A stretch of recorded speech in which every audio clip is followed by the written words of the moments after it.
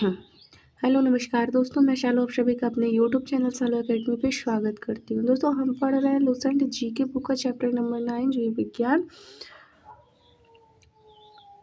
दोस्तों हम पिछले टॉपिक पे पढ़े थे मानव शरीर तंत्र। आज एक नया टॉपिक स्टार्ट करेंगे दोस्तों, जो है पाचन कार्य में भाग लेने वाले प्रमुख अंग, यानी कि मतलब जो हमारे खाने को पचाने का कार्य में हिस्सा लेते हैं उन प्रमुख अंगों को हम पढ़ेंगे। यह मानव यकृत या लिवर, यह मानव शरीर की सबसे बड़ी ग्रंथि है। इसका वजन लगभग 1.5 से 2 किलो लगभग होता है। यकृत द्वारा ही पित्त स्रावित होता है। यह पित्त आंत में उपस्थित एंजाइम की क्रिया को तीव्र कर देता है। यकृत प्रोटीन के उपापचय में सक्रिय रूप से भाग लेता है और प्रोटीन विघटन के फलस्वरूप उत्पन्न विषैले अमोनिया को यूरिया में परिवर्तित कर देता है। आइए देखते हैं। यकृत प्रोटीन की अधिकतम मात्रा को कार्बोहाइड्रेट में परिवर्तित कर देता है। कार्बोहाइड्रेट उपापचय के अंतर्गत यकृत रक्त के ग्लूकोज वाले भाग को ग्लाइकोजन में परिवर्तित कर देता है और संचित पोषक तत्वों के रूप में यकृत कोशिका में संचित कर लेता है। ग्लूकोज की आवश्यकता होने पर यकृत संचित ग्लूकोज को खंडित कर ग्लूकोज में परिवर्तित कर देता है। इस प्रकार यह रक्त में ग्लूकोज की मात्रा को नियमित बनाए रखता है।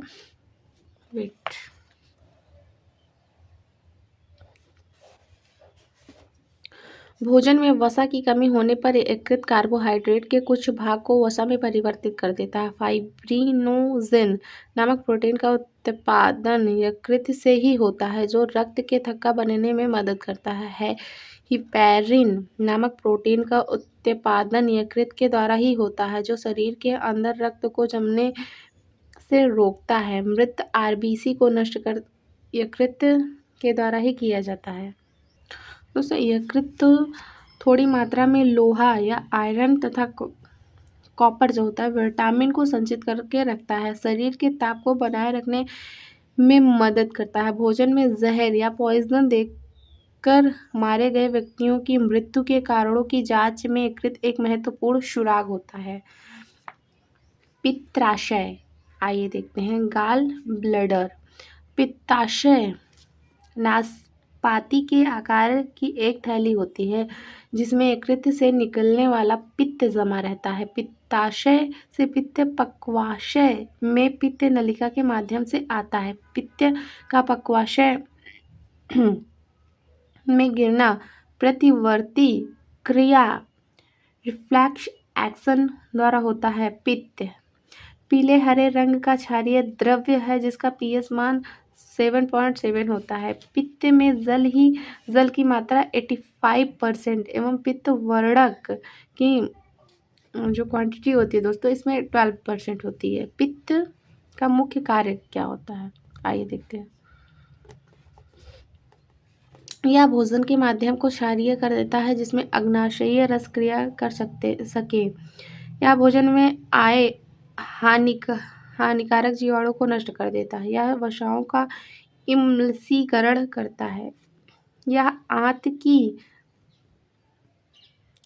क्रम कुंचन गतियों को बढ़ाता है जिससे भोजन में पाचक रस भली भांति मिल जाते हैं। यह विटामिन के एवं वसाओं में घुले अन्य विटामिनों के अवशोषण में सहायता होता है। पित्तवाहिनी में अवरोध हो जाने पर यकृत कोशिकाएं रुधिर से बिलिरुबिन लेना बंद कर देती हैं। फलस्वरूप बिलिरुबिन संपूर्ण शरीर में फैल जाता है।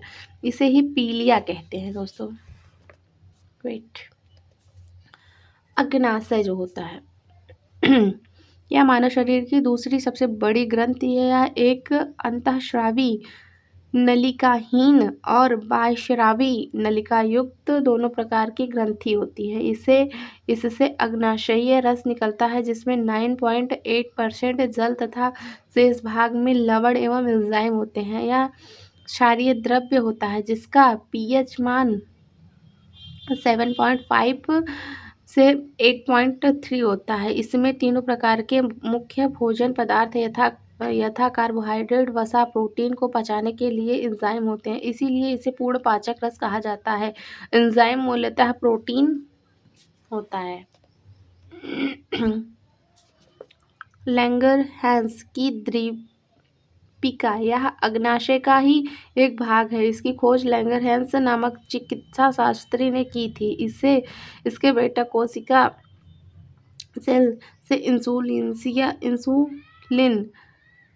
अल्फा कोशिका से ग्लूकागॉन एवं कोशिका से सोमेटोस्टेनिन नामक हार्मोन निकलता है। इंसुलिन, आइए दोस्तों देखते हैं इंसुलिन क्या है।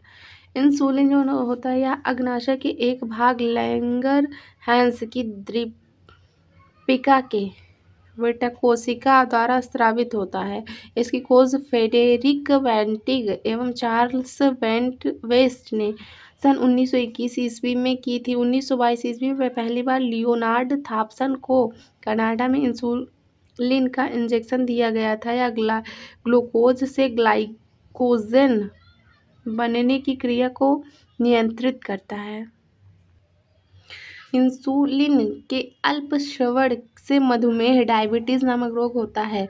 रुधिर में ग्लूकोज की मात्रा बढ़ना मधुमेह कहलाता है। इंसुलिन के अतिस्राव से हाइपोग्लाइसीमिया नामक रोग हो जाता है, जिसमें जनन क्षमता तथा दृष्टि ज्ञान कम होने लगता है। ग्लूकागॉन या ग्लाइकोजन को पुनः ग्लूकोज में परिवर्तित कर देता है। सोमेटोस्टेनिन यह पॉलीपेप्टाइड हार्मोन होता है जो भोजन के स्वांगीकरण की अवधि को बढ़ा देता है। दोस्तों ये है पाचन सारांश। ये ग्रंथिरस एंजाइम भोज्य पदार्थ प्रतिक्रिया के बाद या लार का एंजाइम होता है। टाइलिन भोज्य पदार्थ होता है। मंड और मल्टोज होता है। अम्लीय मल्टेज मल्टोज ग्लूकोज होता है। जठर रस का अम्लीय होता है पेप्सिन। रेनिन और प्रोटीन केशिन होता है। पेप्टोन्स कैल्शियम पैराकैसिनेट होता है। दोस्तों इसका स्क्रीनशॉट ले लीजिए, आप चार्ट का आप पढ़ लीजिएगा। ये देखिए मानव शरीर में पुच्छ बृहदान्त्र में संलग्न होता है। दोस्तों आज की क्लास यही समाप्त होती है। अगर क्लास पसंद आए तो लाइक, सब्सक्राइब और शेयर करें।